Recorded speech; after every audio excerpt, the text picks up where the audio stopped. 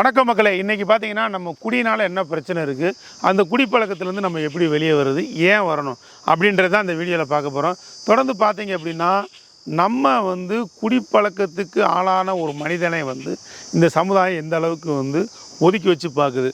இந்த சமுதாயம் மட்டுமா ஒதுக்கி வச்சு பார்க்குது? கிடையவே கிடையாது.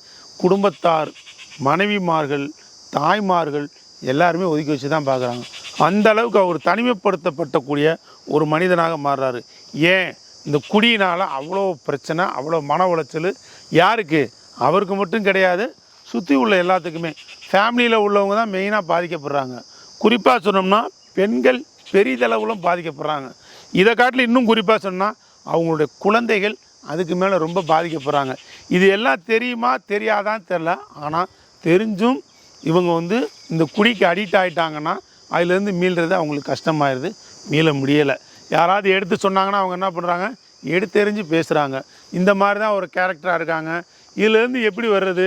யாருக்கெல்லாம் இது ஒரு பெரிய பிரச்சனையாக இருக்குது அப்படின்னா, கண்டிப்பான முறையில் யாருக்கெல்லாம் பிரச்சனையாக இருக்குது அப்படின்னா, குடி அளவுக்கு அதிகமாக குடிக்கிறவங்களுக்கு இது பெரிய பிரச்சனையாக இருக்குது. அதாவது இதனால் என்ன போகுது, மான மரியாதை இழந்துடுறாங்க. அதாவது மனைவி நல்ல மனைவியாக வர்றாங்க, அவங்கள பொருளாதார ரீதியாக டேமேஜ் பண்ணி, அதாவது அவங்க போட்டு வந்த நகை நட்டு எல்லாத்தையுமே காலி பண்ணிவிட்டு, அதுபோக அவங்கள ரொம்ப டார்ச்சர் பண்ணி பிரச்சனை பண்ணி அவங்க டைவர்ஸ் ஆகி போகிற அளவுக்கு உருவாகிடுது இந்த சூழ்நிலை. ஏன் அப்படின்னா இந்த குடி அளவுக்கு அதிகமாக குடித்து பழகினால அவங்களுக்கு இந்த மாதிரி எண்ணங்களும் சூழ்நிலைகளும் உருவாகிடுது. இந்த சூழ்நிலை உருவாகிறதுக்கு எதெல்லாம் மெயினான பாயிண்ட்டு, எதெல்லாம் மெயினான ஒரு விஷயமாக இருக்குது அப்படின்னா, அளவுக்கு அதிகமாக குடிக்கக்கூடிய ஒரு பிரச்சனை மட்டும்தான் இவங்களுக்கு இதாக இருக்குது. கொஞ்சமாக குடிச்சிட்டு ரியலாக யதார்த்தமாக நம்ம குடும்பத்தை நடத்திட்டு போயிட்டோம்னா இது பிரச்சனையே இல்லை. யாரும் இவங்களை குடியாரேன் அப்படின்னு சொல்ல போகிறதும் கிடையாது, குடிக்காதீங்கன்னு சொல்ல போகிறது கிடையாது. ஒரு மனிதர் பார்த்திங்கன்னா ஒரு கல்யாணம் முடிக்கிறாரு, அது வரைக்கும் அவர் நல்ல ஒரு குடியில்லாத மனிதனாக தான் இருக்கார். ஆனால் அந்த மேரேஜ் ஃபங்க்ஷனில் சில நண்பர்களுக்கு ட்ரிங்க்ஸ் வாங்கி கொடுக்குறாரு. உடனே இவரும் கொஞ்சோண்டு குடிக்கிறாரு. குடித்து முடித்த உடனே பையன்லாம் விற்படுத்துறாங்கன்னு கொஞ்சமாக ஒரு பீர் தான் குடிக்கிறாரு. சரி, சாப்பிட்டுட்டாரு.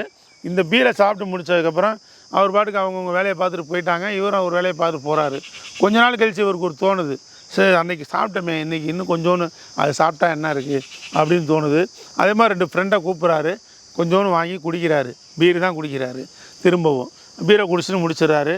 அடுத்தடுத்து பார்த்திங்கன்னா இவருக்கு அந்த எண்ணங்கள் தோண ஆரம்பிக்குது, இன்னும் கொஞ்சம் குடித்தா என்ன இருக்குதுன்னு சொல்லி. அப்போ பீர் சாப்பிட்றாரு, பீரில் ஒயின் மிக்ஸ் பண்ணி அடிக்கிறாரு. அதுக்கப்புறம் நாளடைவில் இதில் ஒன்றும் ஒரு மாதிரியாக கிக்கே இல்லையே, கிக்கு இருந்த மாதிரி சாப்பிட்டா என்ன இருக்குது அப்படின்னு சொல்லிட்டு கொஞ்சம் சரக்கு கலந்து பீரோடு சேர்த்து சாப்பிட்றாரு. அப்புறம் சரக்கு கலந்து பீரோடு சாப்பிட்றாரு இல்லையா, இது முடிஞ்சதுக்கப்புறம் இதில் ஒன்றும் அந்தளவுக்கு இல்லையே, இன்னும் கொஞ்சம் சரக்கு சேர்த்து சாப்பிட்டா என்ன இருக்குது அப்படின்னு சொல்லி இன்னும் கொஞ்சம் சரக்குகளே அதிகமாக சேர்த்து சாப்பிட ஆரம்பிக்கிறாரு. அதாவது ஒரு குவாட்ரு வாங்கி சாப்பிட ஆரம்பிக்கிறாரு, அடுத்து ஒரு குவாட்ரு, அடுத்து ஒரு குவாட்ரு, இப்படின்னு அவங்களுடைய குடி பிரச்சனையும் வளர ஆரம்பிக்குது. மேரேஜ் வரைக்கும் நல்லா இருந்த மனுஷன் மேரேஜுக்கு அப்புறம் சாதாரண ஒரு பார்ட்டியில் கலந்துக்கிட்டு அதுக்கப்புறம் இவருக்கு பிரச்சனை ஆயிடுச்சு. அந்த பார்ட்டியில் கலந்துக்கிட்டவங்களுக்கு எல்லாம் இந்த பிரச்சனை ஆச்சானா கிடையவே கிடையாது, நமக்கு தெரியவும் செய்யாது. ஆனால் இவருக்கு இது பிரச்சனை ஆயிடுச்சு. இதுதான் உடல் ஒவ்வாமைங்கிறது. இது ஒரு தடவை இதை சாப்பிட்டு பழகிட்டாங்க அப்படின்னா அவங்க உடம்புக்கு இந்த ஆல்கஹால் சேரலை அப்படின்னா கண்டிப்பான முறையில் அது கொண்டான்னு கேட்கும். அடுத்தடுத்து நிறைய குடிக்கணுன்ற இந்த சிந்தனையை தூண்டும். அவங்க நிறைய குடிக்க ஆரம்பிச்சிடுவாங்க. நிறையா குடிக்க ஆரம்பித்த உடனே இவங்க கேரக்டர் வைஸ் மாற ஆரம்பிச்சிடும். இவங்க கேரக்டர் மாற ஆரம்பிச்சிடும், இவங்க பேச்சுகள் மாறும், இவங்களுடைய நடைமுறைகள் மாறும், இவங்களுடைய செயல்பாடுகள் அனைத்துமே மாற ஆரம்பிச்சிடும். இது மாறினதுக்கப்புறம் என்னென்னா குடும்பத்தில் பிரச்சனை வர ஆரம்பிச்சிடும். இப்படி தான் அவங்க குடும்பத்தில் என்ன ஆச்சு அப்படின்னா, அடுத்தடுத்து அவங்களுக்கு பொருளாதார சரிவு ஏற்பட்டது. வேலை பார்க்குற இடத்துல கொஞ்சம் கெட்ட பேர் வந்துருச்சு. அந்த கெட்ட பேர் அவங்க வேலைக்கு போக மறுக்கிறாரு. திரும்ப பொருளாதார சரிவு ஏற்படுது. இருந்த காசு பணம் எல்லாத்தையும் இழந்துடுறாரு. இந்த மனைவி போட்டு வந்த நகை நட்டு எல்லாத்தையுமே காலி பண்ணிடுறாரு. ஒரு கட்டத்துக்கு மேலே இவங்களால் குடும்பம் நடத்த முடியலை, பெரிய அளவில் பிரச்சனை ஆயிடுது. 1க்கு 2 குழந்தைகள் ஆயிடுது. குழந்தைகளாக இருக்கப்போ அந்த குழந்தைகளுக்கு பால் வாங்கி கொடுக்குறதுக்கு, அது வாங்கி கொடுக்குறதுக்கு, மெடிசன்ஸு, அவங்க சின்ன சின்ன வியாதிகள் அதை கொண்டு போய் ஆஸ்பத்திரியில் காமிக்கிறது கூட இவங்ககிட்ட காசு இல்லாத ஒரு சூழ்நிலையாக போயிடுது. இந்த காலகட்டத்துக்கு போனதுக்கப்புறம் மனைவி மேலே எரிஞ்சு விழுகிறாரு, மனைவி இவங்க மேலே எரிஞ்சு விழுகிறாங்க. 2 பேர்த்துக்கு ஒருத்தர் மாற்றி சண்டை பிரச்சனை. இது போலீஸ் ஸ்டேஷன் வரைக்கும் போகுது. அடுத்து பார்த்திங்கன்னா இந்த பிரச்சனையை சமாளித்து முடிக்கிறதுக்கு இவங்க 2 பேர்னால 2 குடும்பத்தாருக்கும் பெரிய தலைவலியாக இருக்குது, பெரிய பிரச்சனையாக இருக்குது. உடனே என்ன பண்ணிடுறாங்கன்னா டைவர்ஸ் அப்படின்னு சொல்லி இவங்களோட நான் இனிமேல் சேர்ந்து வாழ மாட்டேன்னு சொல்லி 2 பேருமே பிரிஞ்சுறாங்க. இந்த மாதிரி பிரிஞ்சு போய் அந்த மனிதர் ரொம்ப கஷ்டப்படுறாரு. அதுக்கப்புறம் பார்த்திங்கன்னா மனைவி பிரிஞ்சு போயிட்டாங்கன்ற சோகத்தில் கூட கொஞ்சம் குடிக்கிறாரு. அதே மாதிரி பார்க்குறவங்களுக்குன்னா எரிஞ்சு விழுகிறாரு. ஒரு நல்லது கொண்டது ஃபங்க்ஷனுக்கு இவரால் போக முடியல. போனால் என்ன பேசுகிறாங்க சொந்தக்காரங்க, இவனால் இந்த மனைவியை ஓடி போயிடுச்சு, இவங்கள்ட்ட வந்து இவனால் குடும்பம் நடத்த முடியும், இவன் குடியார போயிட்டான் இப்படின்ற மாதிரி பேச ஆரம்பிக்கிறான். இது அவர் மனசை ரொம்ப பாதிக்குது.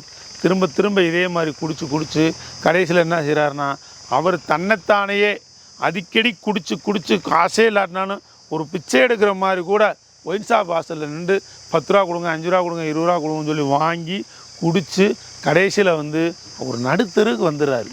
இந்த மாதிரி நடுத்தருக்கு வரக்கூடிய மனிதர்கள் நிறைய பேர் உங்கள் வாழ்க்கையில், உங்கள் அக்கம் பக்கத்து வீட்டுகளில், உங்கள் ஊருக்குள்ளே நீங்கள் தாராளமாக இது மாதிரி நபர்கள் நீங்கள் நிறைய பேரை பார்த்துருக்கலாம்.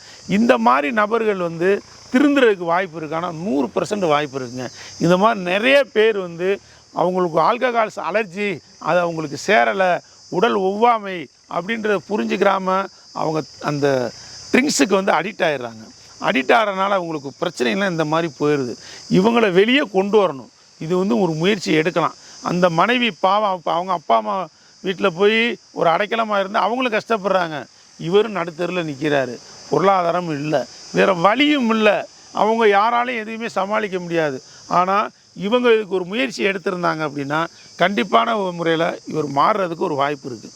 அது மாறலைன்னா ஆண்டவனுடைய செயல், அதுக்கு மேலே ஒன்றும் செய்ய முடியாது. இது மாதிரி வந்து அவங்கள மாற்றுறதுக்கு நிறைய வாய்ப்புகள் இருக்குது. எங்களை மாதிரி ஆளுகிட்ட நீங்கள் அணுகுனீங்க அப்படின்னா கீழே நம்பர் கொடுத்துருக்கேன். குடி எனக்கு பிரச்சனை, இந்த குடியிலேருந்து நான் எப்படியாவது வெளியே வரணும் அப்படின்னு விருப்பப்பட்டாங்க அப்படின்னா கண்டிப்பான முறையில் அவங்களுக்கு இந்த பிரச்சனையிலேருந்து வெளியே கொண்டு வரதுக்கு நாங்கள் உதவ தயாராக இருக்கோம். இலவசமாக 10 பைசா காசு இல்லாமல் நாங்கள் உதவ தயாராக இருக்கோம். இல்லைப்பா குடி பிரச்சனை, ஆனால் அதை ஒத்துக்க மாட்டான், நாங்கள் இந்த பிரச்சனையிலேருந்து வெளியே வாடா தம்பி, நீ நல்லா இருக்கலாம் அப்படின்னு கூப்பிட்டா கூட அதையும் ஏற்றுக்க மாட்டான். நான் குடியாரனே கிடையாதே, நான் ரோட்லேயே விழுந்து கிடைக்கேன், நான் என்ன வேட்டி துணியெல்லாம் அவுத்து போட்டா நடந்து போயிட்டுருக்கேன், நான்லாம் குடியாரம் கிடையாது, என்னை எப்படி நீங்கள் குடியாரன்னு சொல்லலாம்? இந்த மாதிரியான பேசக்கூடிய நபர்கள் இருக்காங்க. ஆனால் அவங்க ஃபேமிலியை சுற்றி உள்ளவங்க எல்லாத்துக்குமே ஒரு குடியாரு தான், அவர் வந்தாலும் குடும்பத்தில் நிறைய பாதிப்பு உருவாயிருச்சு அப்படின்றது தெரியுது. அப்படி தெரிஞ்சவங்க கண்டிப்பான முறையில் இவரை திருத்தலாமா அப்படின்னு நீங்கள் யோசிக்கிறீங்க. உறுதியாக திருத்தலாம், இவரையும் மாற்றலாம். அதாவது இவங்களுக்கு தேவையான கவுன்சிலிங், இவங்களுக்கு தேவையான மெடிக்கல் சப்போர்ட்டு, டாக்டர் சப்போர்ட்டு இதெல்லாம் கொடுத்து இவங்களுக்கு ஃபுல்லாக கவுன்சிலிங் கொடுத்து ஒரு 2-3 மந்த்ஸில் இவங்களுக்கு அந்த விருப்பத்தை வர வைக்கணும். குடி எனக்கு பிரச்சனை, குடினால் என் குடும்பம் பாதிக்கப்பட்டிருக்கு, என் மனைவி பாதிக்கப்பட்டிருக்காங்க, என் பிள்ளைகள் பாதிக்கப்பட்டிருக்காங்க, என்னை சுற்றி உள்ள எங்கள் அம்மா அப்பாலேருந்து எல்லாத்துக்கும் அவமானத்தையும் அசிங்கத்தையும் தேடி கொடுத்துருக்கேன், நானும் இந்த மாதிரி அவமானம் அசிங்கப்பட்டிருக்கேன்னு அவரை உணர வச்சு இந்த விஷயத்தை புரிய வச்சு குடி இனிமேல் எனக்கு தேவையில்லைன்ற விருப்பத்தை வர வச்சு இவங்கள ரெக்கவரி கொண்டு வரலாம். இப்படி ரெக்கவரி கொண்டு வந்தோம்னா இவங்க சமுதாயத்தில் ஒரு நல்ல மனிதராகும். அதாவது ஒரு நல்ல உயர்ந்த சிந்தனை உள்ளவங்களும் மாறுறதுக்கு வாய்ப்பு இருக்குது. இது மாதிரி நிறைய பேர் மாறி இருக்காங்க. எக்ஸாம்பிள் சென்னையிலேருந்து தமிழ்நாடு எல்லா ஊர்லேயுமே நிறைய பேரை நம்ம பார்க்கலாம்.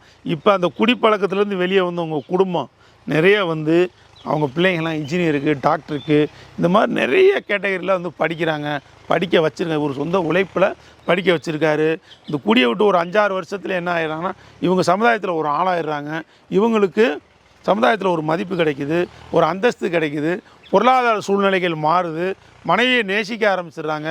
பழையபடி வந்து இவங்க எப்படி புதுமண தம்பதியாக வாழ்க்கை ஆரம்பித்தாங்களோ அதே மாதிரி கடைசி வரைக்கும் நல்ல ஒரு புதுமண தம்பதி மாதிரி வாழ ஆரம்பிச்சிடுறாங்க. கோயில் குளத்துக்கு போகிறாங்க, பெண்கள் மனநிலையை புரிஞ்சு அவங்க நடந்துக்கிறாங்க. அதுக்கேற்ற மாதிரி ஒரு நபராக வந்து இவங்க மாறி என் வீட்டுக்கார மாதிரி உண்டா அப்படின்னு சொல்கிற அளவுக்கு இவங்க மாறுறாங்க. இந்த மாதிரி மாறணும் அப்படின்னா நீங்கள் இந்த நம்பருக்கு கால் பண்ணுங்கள். உங்களுக்கு என்ன பிரச்சனையோ அதில் பேசுங்க. உங்களுக்கு தேவையான சொல்யூஷன் கண்டிப்பான முறையில் கொடுப்போம். இந்த வீடியோ வந்து உங்களுக்கோ உங்கள் நண்பர்களுக்கோ உங்கள் உறவினர்களுக்கோ யாருக்கோ தேவைப்பட்டால் இந்த வீடியோ வந்து கண்டிப்பான முறையில் ஷேர் பண்ணுங்கள். தொடர்ந்து நலம் பெறலாம். வணக்கம் மக்களே.